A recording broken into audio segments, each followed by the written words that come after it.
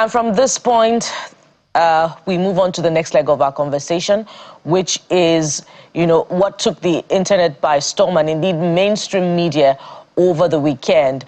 The threat of invasion put out by the U.S. president on his Truth social media platform because of the killings in Nigeria. He has said that if the killings continue, if Christians are not protected, the U.S. would have no option but to invade Nigeria. What are the consequences or what are the implications of this falling policy direction of the U.S. government, which seems to have been coming, repeatedly over time in the last couple of weeks following that legislation by Senator Ted Cruz before the U.S. Congress?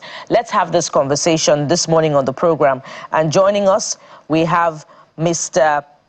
Chukwuma Ude. He's a global affairs analyst and the founder, Foundation for Industrialization and Orientation Network. He joins us virtually from Texas, the United States of America. Mr. Ude, good morning, Bukola. Good morning. Thank you for joining us on the program. Thank you very much. As we, positioned earlier on the program, this has been long in coming. The straining of diplomatic relations with the U.S. government over the last couple of months, from tariffs to Senator Ted Cruz's proposal, legislation before the U.S. Congress, which has not come through, by the way. And another has been followed up by the same senator proposing to end Sharia law in Nigeria. And some would say this bothers on Nigeria's sovereignty. But give us a sense of the thinking in the U.S., because this has even gone beyond the U.S. Congress. There are conversations being had on the U.S. media, and that's one of the reasons that we, brought you on the program, so you can help us put it in context. What is the thinking, the narrative that is before the U.S. media about the killings in Nigeria? And do you believe that it is one-sided, or you are convinced that there is indeed a point to this disposition that the killings in Nigeria are more targeted at Christians? Thank you very much, Bukola. The honest truth is that people are dying in Nigeria. And it is very unfortunate that the government that is responsible for ensuring that there is safety for life and for property has not been able to provide that to Nigerian people. Now, President Donald Trump has decided to step in. A lot of people might view it as an overreach, which you might want to say is true. However, the fact remains that Nigerians are dying, and our government appears to be complicit in the list over this issue. And it is now become a global issue. So we're hoping that President Tinubu will take actions that would at least quell the issue. One of which I expect is there needs to be a high level of arrest, because it is completely impossible that the DSS does not have names of people who are sponsoring these attacks. We might want to say, there are Muslims that are also being killed, because I've had conversations. I grew up in the north. I lived in Jos, and one of the reasons why I left Jos was because of the crisis. So it is very unfair when people say, there's also killings of Muslims, which is true. But there's also the issue that some of these killing of Muslims are liberal Muslims. However, this is completely irrelevant.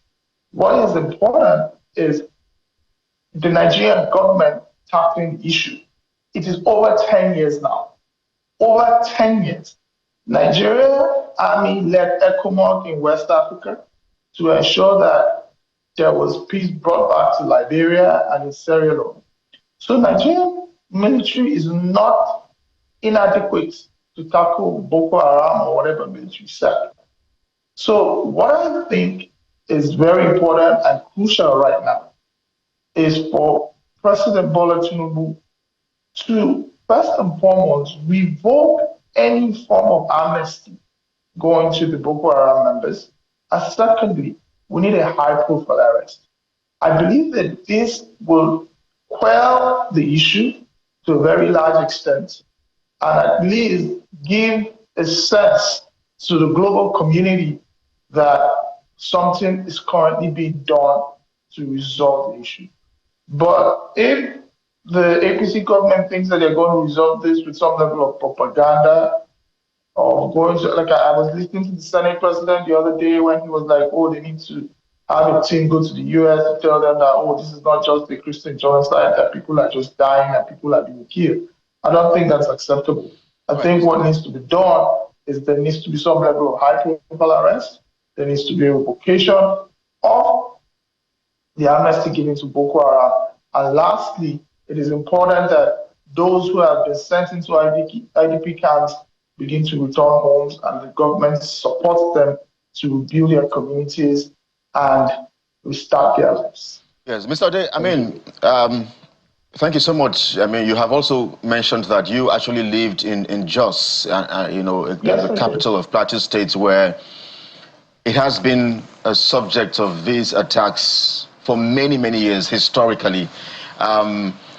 And then you've mentioned IDP camps as well. I've visited a few in Maiduguri and in Borno states generally, where I got to see a lot of Nigerians displaced and housed there for calling IDP camps homes for many years. So this conversation is really, really timely and sensitive as well.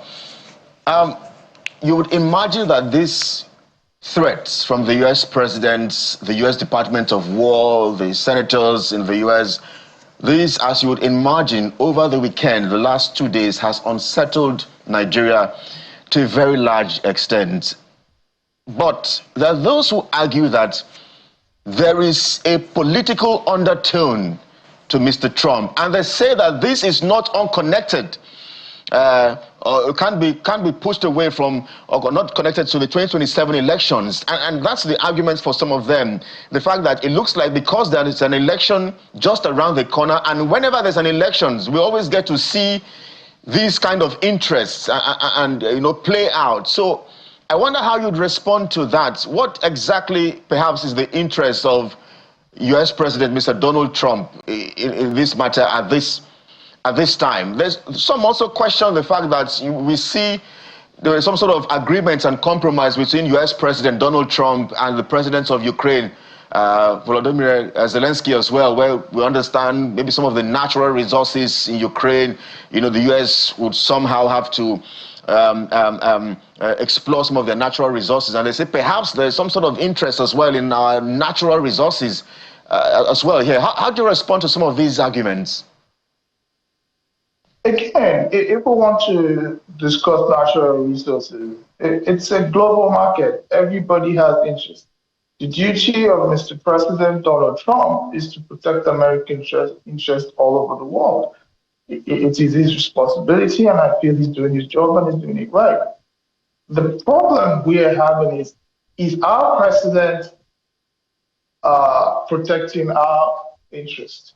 Is our president protecting our interests? The fact remains that whether we like it, whether we don't like it, there is a major issue.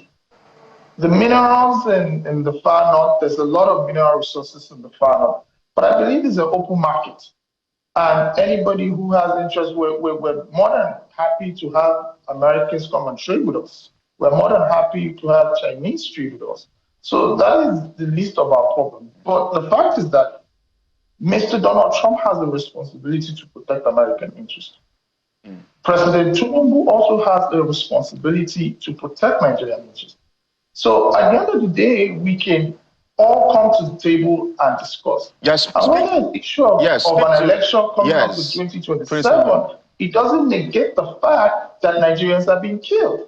And the government has not, in the last 10 years, been able to identify or hold anybody accountable for the killing of Nigerians.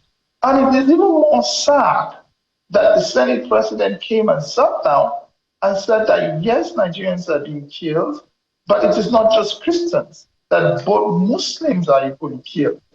And in my opinion, it's beginning to look as if it's a genocide against the poor. Because if you take the stock of the people who are being killed, it looks like it's just poor Nigerians who are living in rural communities.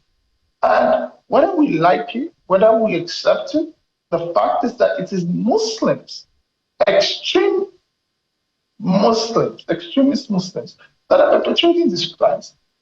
And it is not possible that these people are not funded by some interest, wherever or whoever they are. But I know for a fact that the Nigerian government knows who is funding Boko Haram. I also know for a fact that the US will probably have intelligence on what is also going on. So let us act right. It is long overdue.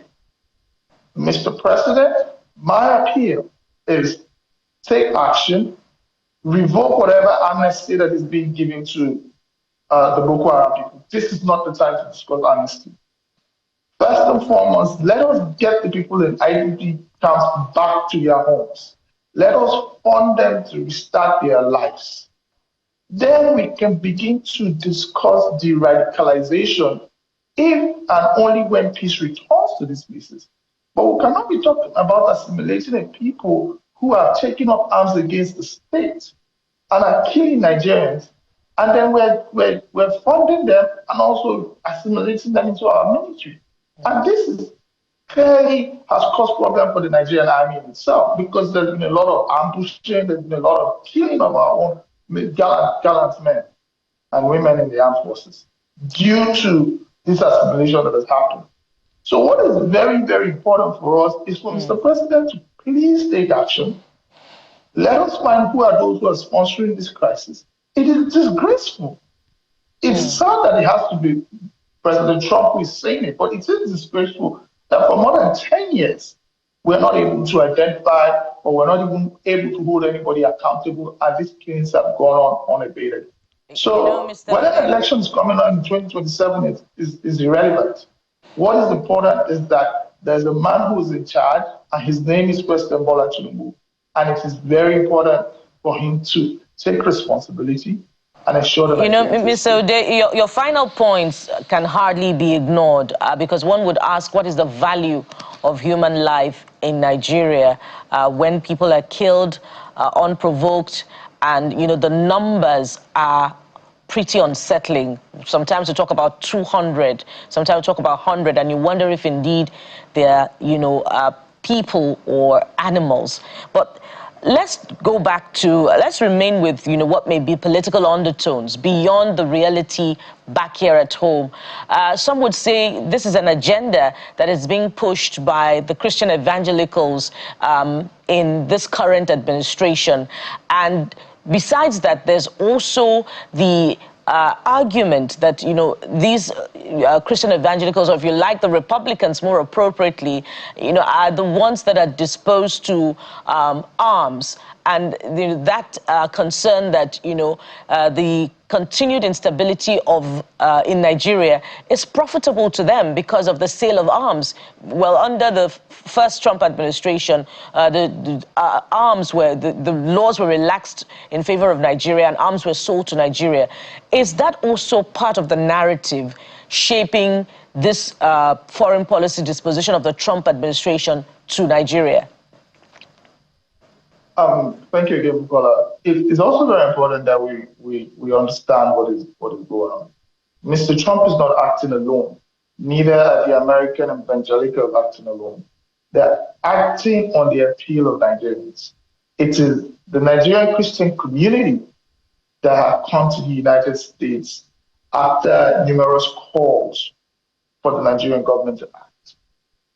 So whether the American government intends to sell arms, I don't even think it's appropriate to sell arms to the Nigerian government at this point, because they sold it was between 2019 and 2020.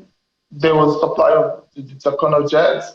In fact, there's also been issues where the Nigerian Air Force whether it was a mistake or I don't know what they said, had mistakenly bombed an IDP camp. So we need to be very careful at this point in time. We need to tread very, very, very carefully. All right. I do not support any country to invade us. I think it's an overreach.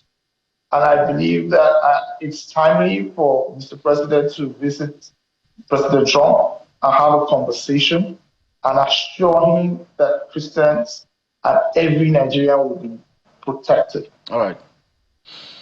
Well, we have Yes. we have to leave it here, Mr. O'Day. These conversations will continue, especially as all eyes are now on that meeting between our president and the president of the U.S. We do not have all of the details just yet, but we're looking forward to that meeting. And there's a pressure and argument as to, will this also change the dynamics of 2027? Will Mr. President perhaps now field a candidate with a Christian background this time?